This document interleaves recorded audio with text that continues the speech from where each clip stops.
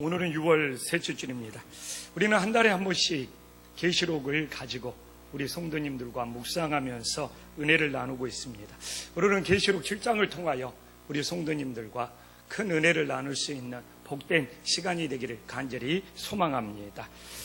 오늘 이 본문에 나오는 14만 4천 명, 바로 신천지가 14만 4천 명만 구원받는다고 자신들의 브랜드로 사용하고 있는 이 숫자가 오늘 본문에 나오고 있습니다.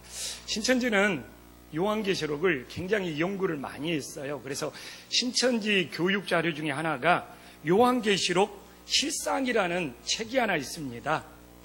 이 신천지 요한계시록 실상을 보면 그들은 셋자를 붙이는 것을 굉장히 좋아합니다. 그래서 오늘 본문처럼 이렇게 이스라엘 자손이 나오면 자기들이 그 앞에 셋자를 붙입니다. 그래서 새 이스라엘. 그래서 새 이스라엘이 바로 신천지고 새 이스라엘이 바로 영적인 자손인 바로 신천지라는 것을 굉장히 강조를 하고 있습니다. 그래서 지금까지 기성교회는 우리 같은 교회는 다 죽었다는 겁니다. 오로지 새 이스라엘, 영적인 새 이스라엘인 14만 4천 명만 구원을 받고 그 지파장이 이만희 교조라는 겁니다. 그래서 오늘 계시록 7장을 통하여 주님이 전하는 뜻이 무엇인지를 바르게 깨닫고 우리의 믿음을 이 마지막 때에 반석에 세울 수 있는 온전한 믿음의 사람들이 될 수 있기를 간절히 소망합니다. 오늘 계시록을 보면 전반부와 후반부로 나눠진다는 것이 굉장히 중요해요. 1절과 9절을 봐볼까요? 1절에도 이 일 위에 내가 하면서 1절부터 8절까지가 전반부입니다. 그리고 9절을 시작하면서도 이율리에 내가면서 9절부터 17절까지가 후반부입니다. 그래서 오늘 계시록 7장은 1절부터 8절까지 전반부 내용과 9절부터 17절까지 후반부 내용을 잘 구별해서 볼 때 하나님의 뜻을 바르게 깨달을 수 있습니다.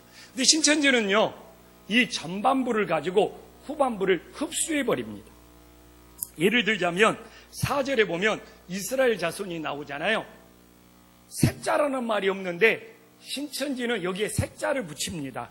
그래서 자기들이 영적인 새 이스라엘 자손이라고 하면서 14만 4천 명만 구원받는다고 말씀을 변주시켜요.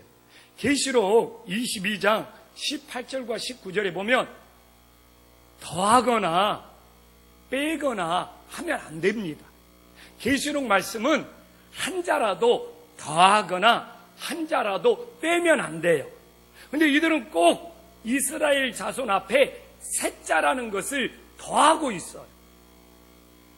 우리는 여기에 대해서 정확히 진단할 수 있어야 됩니다. 그리고 후반부를 종속시키는데 후반부 9절에 가면 엉터리에 해서 그래요. 어떻게 하냐? 각 나라가 교회래요. 어떻게 각 나라가 교회가 될 수 있습니까? 우리는 원어 성경이 있지 않습니까? 헬라어 성경을 보면 각 나라는 모든 국가를 의미해요.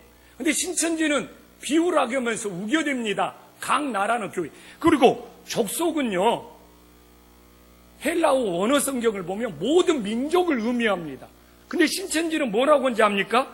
교단이래요, 교단. 우리가 상식적으로 생각해도 어떻게 족속과 교단이 같을 수 있습니까? 근데 신천지 교인들은 대단한 비유라고 막 열광을 합니다. 그리고 백성들이 헬라어 원어 성경에 보면 people, 그냥 일반적인 사람, 구원받을 대상들이에요. 근데 교회 다니는 성도들이래요. 그리고 방언은 더 웃겨요. 방언은 그냥 모든 나라의 언어를 말합니다. 근데 신천지는 기성교회의 교리랍니다.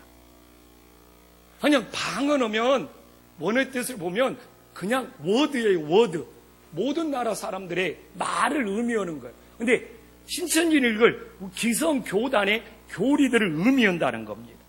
이런 엉터리 해석들을 믿어요. 그러면서 기존의 모든 교단들은 어떻게 되었어요? 음녀에게 미혹을 받아 귀신들과 행음하고 있다는 겁니다. 그래서 신천지가 교회에 잠입해가지고 그 능히 셀 수 없는 큰 무리가 9절에 나오잖아요. 이게 신천지가 교회에 잠입해서 능히 셀 수 없는 큰 무리들을 끌어내어서 신천지에 14만 4천 명을 채워야 된다고 하면서 교회 잠입을 시도하는 거예요. 이게 신천지의 굉장히 중요한 핵심 교리입니다. 이렇게 말도 안 되는 엉터리에서 그러고 있는데, 이렇게 우리같이 교회에 다니는 사람들이 그렇게 잠입한 신천지 사람들의 말을 듣고 신천지로 넘어가는 거예요. 신천지로 넘어가는 거예요. 너무 가슴 아픈 일이지 않습니까? 하나님의 말씀을 몰라서 그래요.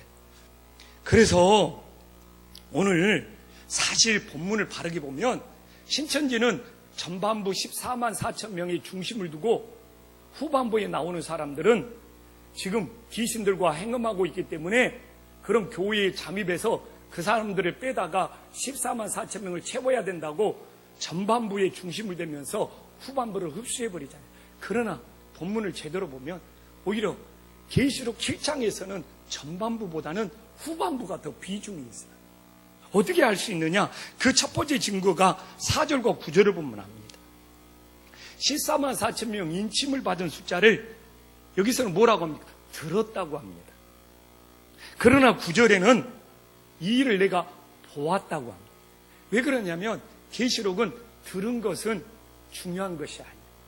계시록은 요한이 보았다는 것이 중요합니다. 왜 그러냐면 4장부터 한번 봐볼까요? 4장 1절에도 뭐라고 나옵니까? 이후에 내가 들었다는 것이 아니라 뭐로 나왔습니까? 보았다는 것으로 나옵니다. 5장을 봐볼까요? 내가 보았어요. 보좌에 앉으신 것을. 또 6장을 봐볼까요? 내가 보았어요. 어린 양이. 그러나 오늘 다시 4절로 와볼까요? 4절로 와보면 이건 들은 거예요. 14만 4천 명이 있다는 걸 들어서 그냥 듣고 지나가는 거예요. 그러나 9절은 봐보십시오. 보았어요. 보았습니다. 그렇기 때문에 사실 들은 것은 한 번 듣고 가는 거예요. 7장에서는 그래요. 보았다는 것이 굉장히 비중이 있습니다. 계시록이 그렇게 기록이 되었어요. 그래서 계시록은 보았다는 것을 중심으로 요한이 기록하고 있어요. 그런데 우리가 성경을 바르게만 묵상하면, 그래서 오히려 전반부보다는 후반부에 훨씬 더 비중이 있습니다. 보았다는 것이기 때문에. 그리고 오늘 7절에 보면 각 지파 중에 인침을 받은 자가 1만 2천 명이라고 하면서 쭉 소개가 나오잖아요. 이걸 12지파, 이 1만 2천 명 곱하기 12지파를 하면 14만 4천 명이 되잖아요. 이게 바로 민수기의 숫자 계산법이에요. 민수기는요, 구약에서는요, 이스라엘이 전쟁을 치르거나 이스라엘에 무슨 필요가 있으면 각 지파에서 이렇게 12,000명씩, 때로는 1,000명씩, 때로는 100명씩, 때로는 1명씩 각 지파에서 필요한 숫자를 택하여 그 하나님의 사명을 감당하는 걸 대표성의 원리라고 합니다. 그래서 예를 들면 민수기 31장 5절 하나만 봐볼게요. 미디안과 전쟁이 있었어요. 미디안과 전쟁을 치를 때 각 지파에서 1,000명씩 택해가지고 100만 명 중에 12,000명을 택하여 무장시킨지라고 나옵니다. 이런 민수기식을 지금 계시록에서 이런 숫자 계산법을 그대로 가져오는 거예요. 근데 의외로 계시록이요, 구약의 말씀을 굉장히 많이 인용합니다. 그래서 계시록에 보면 구약과 신약이 하나로 통합이 되고 있어요. 계시록이 그렇습니다. 그래서 구약의 제사장이라든지 촛대라든지 그다음에 제단의 향이라든지 이렇게 심지어는 각 지파에서 이렇게 10,000명이든 12,000명이든 이렇게 1,000명이든 이렇게 택하는 것까지 구약의 방법을 계시록에서는 굉장히 많이 가지고 와서 구약과 신약을 하나로 연결시키고 통합시키는 것이 계시록의 말씀을 전하는 방법입니다. 그래서요, 이 계시록에서 이렇게 12,000명씩 12지파가 14만 4천 명이 되는 것은 이게 구약의 구원받는 방법이에요. 구약에서 이스라엘 자손이 구원받는 방법을 각 지파에서 필요한 숫자를 모집했던 대표성의 원리를 전해주고 있는 거예요. 그래서 전반부는 구약에서 이스라엘 자손의 구원받는 방법을 숫자를 택하는 방식으로 전해주고 있어요. 그러면 답은 나오잖아요. 9절부터 후반부는 이방인들, 신약에서 우리들이 구원받는 방법을 전해주고 있는 거예요. 그래서 계시록 7장을 바르게 묵상하는 사람들은 전반부에서는 구약의 이스라엘 자손이 구원받는 방법이고 9절부터 후반부는 이방인이 구원받는 방법을 전해주면서 이 모든 것을 어린 양 대신 예수 그리스도가 구약 백성의 구원과 신약 백성의 구원을 다 성취하고 이루신다는 것이 이 말씀을 원어의 뜻대로 바르게 해석하는 거예요. 그래서 후반부는 여기서 보면 이 마태복음 28장 19절에 보면 모든 민족에게 복음을 전파하는 것을 이렇게 예수님의 지상명령 성취를 신약의 방식으로 계시록에서는 가져오고 있는 거예요. 그래서 요한계시록 7장은 무엇입니까? 전반부에서는 이 구약의 이스라엘 자손의 구원받는 방법과 후반부에서는 9절부터는 이방인들, 신약의 우리들이 구원받는 방법을 보여주면서 이 모든 것을 이루신 분이 누구냐? 이 모든 것을 성취하시는 분이 누구냐? 바로 어린 양 대신 예수 그리스도가 구약과 신약의 모든 구원을 이루시고 성취하시는 분이 되심을 다시 한번 믿으시기를 간절히 소망합니다. 그러면 좀 계시록을 읽었던 사람은 오늘 14장에도 계시록 14장에도 계시록 14장 1절에도 14만 4천 명이 나옵니다. 이건 뭔 이야기냐고 물어볼 수 있어요. 근데 반드시 오늘 봤던 우리의 이 7장이 베이스가 돼요. 그래서 7장에서 구약의 이스라엘 자손의 구원과 이 후반부, 이 신약에서 우리 이방인들의 구원이 하나로 연결이 돼요. 봐보십시오. 14장 1절입니다. 어린 양은 구약에서 나오는 용어가 아니에요. 바로 신약에서 나오는 예수 그리스도. 그래서 어린 양, 이 신약에서 나오는 예수 그리스도와 이 14만 4천 명, 구약에서 나오는 이 12지파의 14만 4천 명이 이제 계시록 14장에서는 구약과 신약이 하나로 연결되고 하나로 성취되고 하나님께 찬양과 새 노래를 부른다는 것을 다시 한번 강조하면서 보여주는 거예요. 이 부분은 제가 다시 한번 계시록 14장을 다룰 때 더 정확하게 여러분들에게 전해드릴 것을 약속합니다.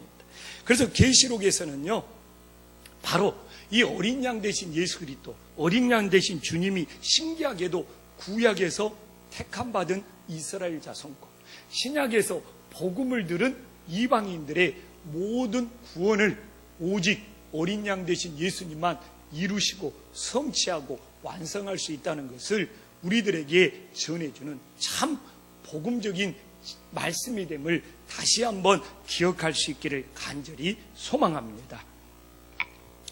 그러면요, 제가 계속 이 후반부가 이 7장에서는 더 중요하다는 것을 증명할 수가 있어요. 요한계시록 7장은 사실 중간에 두려운 말씀이에요. 왜 그러느냐? 6장을 보면 7째, 7죄인의 심판이 있는데 6장에서 6죄인의 심판이 끝납니다. 그리고 8장에 보면 7죄인의 심판이 나와요. 그렇기 때문에 사실 6장에서 8장으로 바로 넘어가면 6장에서 6죄인의 심판이 나왔죠. 8장에서 7죄인의 심판이 나오니까 7장이 없이 바로 넘어가도 자연스럽습니다. 그러면 여기서 우리는 중요한 질문을 넣어야죠. 왜 6장의 6죄인에서 8장의 7죄인으로 바로 넘어가면 되는데 굳이 7장을 여기에 등장하고 여기에 7장의 말씀을 전하는 이유가 무엇이냐? 이게 중요한 거예요. 왜 그렇습니까? 이 인을 떼는 심판이 무서운 심판이잖아요. 근데 이 인을 떼는 심판 속에서도 하나님의 구원의 사랑이 있다는 것을 이 로마의 성도들에게 전해주고 있는 거예요. 아멘. 그래서 하나님께서는 어떤 심판 속에서도 정말 믿음의 자녀들은 반드시 구원한다는 그 강력한 메시지를 전해주는 거예요. 그것이 없다면 6장에서 8장으로 가야 되는 거예요. 그러나 굳이 7장을 집어넣어서 이렇게 구약의 이스라엘 자손들도 신약의 모든 각 나라의 이방인들도 예수님을 믿는다면 하나님이 어떤 진노의 심판을 내릴지라도 믿음의 백성들은 반드시 구원한다는 것을 이 7장을 통하여 이 구원의 메시지, 이 사랑의 메시지를 우리들에게 전해주고 있음을 믿으시기를 간절히 소망합니다.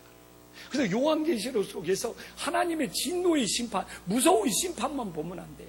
그 속에 그럼에도 불구하고 하나님의 심판에도 불구하고 믿음의 자손들을 어떻게 구원하시는지 그 하나님의 사랑을 볼 때 이 계시록의 말씀을 바로 보고 있음을 다시 한번 기억할 수 있기를 간절히 소망합니다. 자, 봐보십시오. 계시록 6장 6째 이인이 끝날 때 어떻게 끝났습니까? 이게 6장 17절에 계시록 한번 읽어볼까요? 시작. 그들의 진노의 큰 날이 이르렀어. 누가 진노의 심판 속에 이제 하나님 앞에 누가 설 수 있느냐? 근데 봐보십시오. 오늘 후반부를 시작하는 9절에 이 답을 해주고 있어요. 누가 서는지를 나와 있잖아요. 이율에 내가 보니 각 나라와 족속과 백성과 방언, 여기에 복음이 전파되는 거죠. 아무도 능히 셀 수 없는 큰 무리가 흰옷을 입고 이 손에 종려가지를 들고 보좌과 어린 양 앞에 서서, 이 어린 양 앞에 서서 지금 6째 이인의 심판이 끝나는 6장 마지막 절에 누가 서리요? 누가 능히 서리요? 근데 7장에서 설 수 있는, 근데 이게 설 수 있다는 것을 전반부에서 보여주고 있습니까? 후반부에서 보여주고 있습니까? 후반부에서 보여주고 있는 거예요. 흰옷 입은 자들이, 손에 종려가지를 든 자들이 정말 하나님 보좌과 어린 양 앞에 설 수 있는 거예요. 아멘? 왜 아멘이 없어요? 보좌과 어린 양 앞에 서기 싫어요? 아멘? 그렇게 보좌과 어린 양 앞에 쓴다는 건 뭡니까? 구원을 받았다는 거잖아요. 하나님의 구원을 받았다는 거잖아요. 근데 중요하지 않습니까? 우리가 이 땅에서 우리가 살아있는 동안 오늘도 우리는 보좌과 어린 양 앞에서 주님 앞에 서서 예배하는 믿음이 있어야 되지 않습니까? 아멘? 만약 우리가 세상에서 우리가 이렇게 살아있을 때 정말 이 땅에서 우리가 어린 양 앞에 서서 예배하는 믿음이 없는데 어떻게 하나님 나라 가서 보좌 앞에 서서 예배를 드릴 수 있느냐 이거. 그렇기 때문에 코로나가 핑계가 될 수 없는 거. 이 예배라는 것은, 이 믿음의 백성들에게 예배라는 것은. 그래서 저는 저는 그래요. 그 초대교회는 다 가정교회였어요. 가정교회. 로마 교회는 다. 그러니까 우리가 세상 어느 곳에 있든지, 지금 교회에 있든지, 지금 이 영상을 보면서 가정에 있든지, 우리들이 세상 어느 곳에 있든지 이 땅에서 어린 양 되신 주님 앞에 서서 예배하는 믿음이 있어야지. 우리들이 이 세상을 떠나 하나님 나라 가서 보좌 앞에 서서 정말 하나님께 구원받고 예배하는 놀라운 역사가 있음을 믿으시기를 간절히 소망합니다. 그러나 이 땅에서 코로나든 또 이 땅에서 무슨 일이 있든 가정에서든 교회에서든 하나님 앞에 서서 예배하지 않는 믿음이 어떻게 하나님 나라 가서 주님 앞에서 예배할 수 있는 믿음이 되겠냐 이거. 계시록은 이걸 우리에게 전해주고 있는 겁니다. 그래서 우리가 정말 살아있는 동안 이 땅에서 세상 어느 곳에 있든지 정말 하나님 앞에 보좌 앞에 서서 예배드리는 것이 우리의 본분이요 우리의 사명이 됨을 깨닫고 이 땅에 어린 양 앞에서 예배드리는 이 믿음의 훈련이 바로 천국의 보좌까지 이어진다는 것을 다시 한번 믿음으로 고백하며 지킬 수 있는 하나님의 자녀들이 될 수 있기를 간절히 소망합니다. 그래서요, 사실 이 계시록 7장에서 전반부는 14만 4천 명은 하나님이 택한다는 거잖아요. 이스라엘 자손은. 그래서 구약은 구원이 택함에 있어요. 그래서 우리 소관이 아니에요. 그러나 오늘 후반부 9절에는 복음을 각 나라, 족속, 그 다음에 이 방언, 모든 언어에게 전파한다는 거죠. 그래서 후반부에서는 복음을 듣고 믿어야 돼. 그러면 중요한 것은 우리가 보호자 앞에서는 믿음이 되기 위해서 어떻게 해야 되느냐. 이게 오늘 핵심이잖아요. 나는 보호자 앞에 설 수 있는 믿음이냐, 나는 구원받는 믿음이냐, 여기에 대해서 분명하게 세 가지를 이야기하고 있잖아요. 자, 9절에 보면 흰옷을 입어야 돼.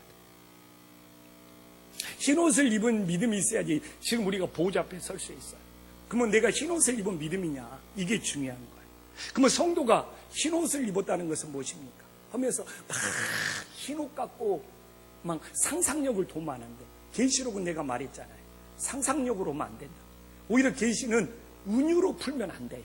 오히려 계시록은 비유로 풀면 안 돼요. 뭐 신천지는 뭐 계시록을 푸는 비유가 탁월하다. 그러니까 방언을 가지고 기성교단의 교리라고 그렇게 엉터리 비유로 풀어버리는 거죠. 말씀으로 풀어요. 흰옷이 뭡니까? 오늘 13절에서 물어봅니다. 흰옷 입은 자가 누구냐? 이렇게 말씀으로 풀어봐야 돼요. 계시록은 말씀 속에 답이 있어요. 그러면 신천지 같은 데 빠져버립니다. 신천지는 비유로 풀어야 된다고 그래요. 아닙니다. 14절에 답이 나오잖아요. 이게 흰옷이에요. 이게 말씀을 말씀으로 푸는 거예요. 뭐라고 나옵니까? 어린 양의 피에 그 옷을 씻어 희게 하였느니라. 이게 흰옷이에요. 근데 여기서 흰옷을 입었다는 것은 내가 예수님의 보혈로 깨끗이 흰옷과 같이 내가 깨끗이 씻음받았다는 그 의미가 됨을 깨달으시기를 간절히 소망합니다. 신천지 봐보십시오. 다 흰옷 입고 있어요. 저도 이번에 보니까 와, 저렇게 흰옷을 입고, 근데 그 흰옷을 입었다고 그게 죄의 문제를 다 해결해 주냐 이거예요. 이만희가 흰옷을 입었다고, 이만희가 어린 양의 보혈로, 그들이 흰옷을 입은 것이 어린 양의 보혈로 죄사함을 받은 흰옷이냐 이거예요. 말도 안 되는 소리잖아요. 근데 그들은 계시록을 자꾸 비유로 푼다면서 엉뚱한 해석을 갖다 붙여요. 봐보십시오. 흰옷은 이만희가 입은 흰옷도 아니고, 신천지가 입은 흰옷도 아니고, 어린 양의 보혈로 죄의 씻음을 받아 깨끗해진 거예요. 아멘. 이게 진정한 흰옷의 의미예요. 그렇기 때문에 우리는 우리를 깨끗게 해주신, 우리에게 제사함을 주신 그 어린 양 앞에 오늘도 예배를 드리고 있는 거예요. 그래서 내가 정말 오늘도 예수님의 보혈로 깨끗하게 씻음 받아 흰옷 입은 백성이 될 수 있기를 간절히 소망합니다. 그 다음에 또 우리들이 어린 양 앞에 서기 위해서는 어떻게 해야 됩니까? 9절에 나와 손에 종려가지를 들어야 된다. 그래서 막 신천지 가보니까 걔들은 십자가가 없습니다. 종려가지를 다 붙여놨더라고. 종려가지를 막 그림으로 붙여놓고 막 종려가지를 붙여놨어요. 근데 제가 말하잖아요. 엉터리 해석 안 하려면 성경은 성경으로 종려가지 뜻이 나와요. 시편 92편 12절에 보면 의인은 종려나무같이 번성합니다. 종려나무는 번성임입니다. 아멘. 그러면 종려나무는 번성임인데 여기서 말하는 번성은 우리가 막 세상에서 잘 되는 번성이 아니에요. 세상에서 잘 되는 번성이 아니고 진짜 번성은 선한 목자가, 어린 양이 나를 인도해 주시는 것이 최고의 번성이 됨을 믿으시기를 간절히 소망합니다. 오늘 나와 있잖아요. 17절에 보호자 가운데 계신 어린 양이 그들의 목자가 되사 생명수샘으로 인도하신다. 이 종려나무 가지는 물가에 심겨진 나무거든요. 그래서 이 종려나무는 물가에 심겨진 나무로 번성을 이룹니다. 그렇기 때문에 여기서 말하는 번성은 세상에서 막 성공하고 출세하는 그런 번성이 아니라 오늘도 선한 목자 되시, 우리 어린 양이 선한 목자가 되어서 나를 생명수샘으로 인도해 주는 것이 최고의 번성이 됨을 믿으시기를 간절히 소망합니다.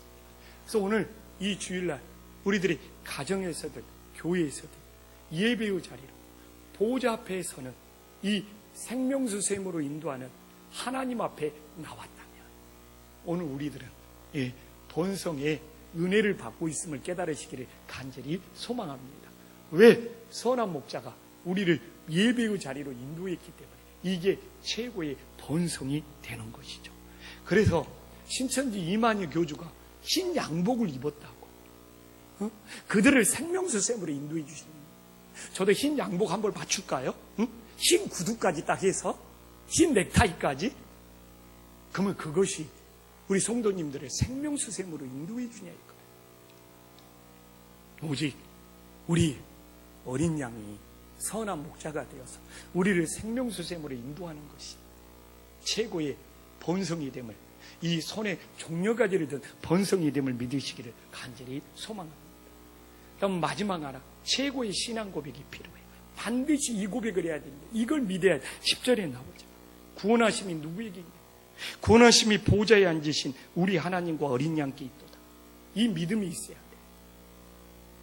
이게 최고의 믿음의 고백, 신앙의 고백이 되는 거예요. 구원하심이 이만희에게 있습니까? 아니잖아요. 보좌에 앉아, 지금 이만희가 보좌에 앉아 있습니까? 이만희가 어린 양입니까? 아니잖아요. 구원하심은 사람에게 있는 것이 아니에요. 보좌에 앉으신 우리 하나님과 어린 양께 있는 거지. 아멘.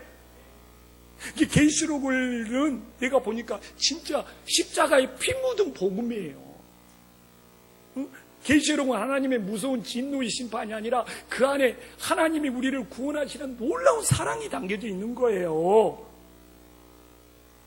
그래서 계시록은 하나님의 심판에도 불구하고 우리들이 구원하심이 보좌에 앉으신 우리 하나님과 어린 양께 있다는 것을 고백하며 우리를 구원하시는 주님의 사랑을 보여주는 거예요. 이제 오늘 우리가 이 예배 끝나고 이 설교 끝나고 우리가 비전, 구원하심이 보좌에 앉으신 우리 어린 양께 있도다, 우리가 이게 헌금성을 부를 때 우리 마음이 다를 거예요. 이 메시지를 듣고 부른 것과 그냥 부른 것이 이전과 이후가 다를 거예요. 근데 여기에 구원하심의 보좌에 앉으신 우리 하나님과 어린 양께 있다는 것은 내 공로나 내 업적이 들어갈 수 없어요. 그렇잖아요. 사람의 공로, 사람의 업적, 사람이 무엇을 했다는 행위가 들어갈 수 없어요. 이 표현이 그렇잖아요. 그리고 또 어떤 사람도 올 수 없는 거고 또 우리가 어떤 노력을 해도 되는 것이 아니고 정말 보좌에 앉으신 우리 하나님과 어린 양만이 이 우리의 구원의 문제를 해결해 주시다는 거예요. 아멘. 근데 그럼 내가 이제 구원받았다는 증거가 뭡니까? 내가 정말 보좌에 앉으신 우리 하나님께 구원하심이 있다는 것을 믿는 증거가 뭡니까? 오늘 15절에 나오잖아요. 그 성절에서, 하나님의 성절에서 밤낮 하나님을 섬긴다는 거예요. 섬긴다는 뜻이 뭡니까? 서비스. 이 섬긴다는 뜻은 헬라어 원어를 보면 예배한다는 것과 똑같은 뜻입니다. 여기서 섬긴다는 것은 예배한다는 것, 서비스가 예배한다는 거예요. 우리가 오늘 하나님께 예배한다는 것은 내가 하나님을 마음을 다해서 섬긴다는 거예요. 아멘? 근데 우리가 오늘 예배한다는 것은 하나님 앞에 섬기는데 섬기는 자의 이 예배의 자세가 그래서 중요한 거예요. 정말 예배는 하나님을 섬기는 건데 섬기는 자가 그냥 주인 노릇하고 있습니까? 정말 팔짱 끼고 다리 꼬고 그냥 뒷짐지고 핸드폰 오고, 이건 섬기는 것이 아니에요. 섬기는 것. 예배가 진짜 섬긴다는 것을 알면 우리의 예배 태도, 우리의 마음 정말 달라지면서 신령과 진정으로 드리고, 이 계시록에서 하나님의 뜻을 진정 깨달아 누구를 내가 책망하려고 하는 이야기가 아니에요. 진짜 섬긴다는 것은 달라야 돼요. 우리가 하나님을 섬기고 예배는 섬기는 거예요. 예배는 내가 와서 무엇을 하고 있는 것이 아니라, 나를 드러내는 것이 아니라 하나님을 진짜 섬기는 것이 돼야 돼. 이게 가정에서도 예배를 드리려면 진짜 섬김의 자세로 하나님께 예배를 드려야지, 집이다고 그냥 대충 드리는 것은 섬기는 것이 아니에요. 그래서 우리가 봐보십시오. 살아있을 때 이 세상에서 먼저 구원하심이 보좌에 앉으신 우리 하나님과 어린 양께 있다는 것을 믿고 고백해야지. 그렇게 섬기면서 예배드려야지. 우리가 죽어서 하나님 나라 가서도 이걸 할 수 있는 거 아닙니까? 이걸 왜 계시록에서 굳이 우리가 이 땅에서 이걸 하지 않으면 하나님 나라 가서는 불가능하다는 거예요. 왜? 계시록은요, 이 땅의 예배와 하나님 나라의 예배가 연결되어 있어요. 이게 이제 계시록 2장, 3장이에요. 언제 다룰 때가 있겠죠. 철저히 연결되어 있습니다. 이 땅의 예배와 하나님의 나라. 이게 이 땅에서 우리가 구원하심이 보좌에 앉으신 우리 하나님과 어린 양이 있다는 것을 정말 마음을 다해 섬기면서 예배해야지. 하나님 나라에서도 동일한 역사가 일어난다는 것을 우리들이 다시 한번 깨닫고 믿을 수 있기를 간절히 소망합니다. 기도하겠습니다.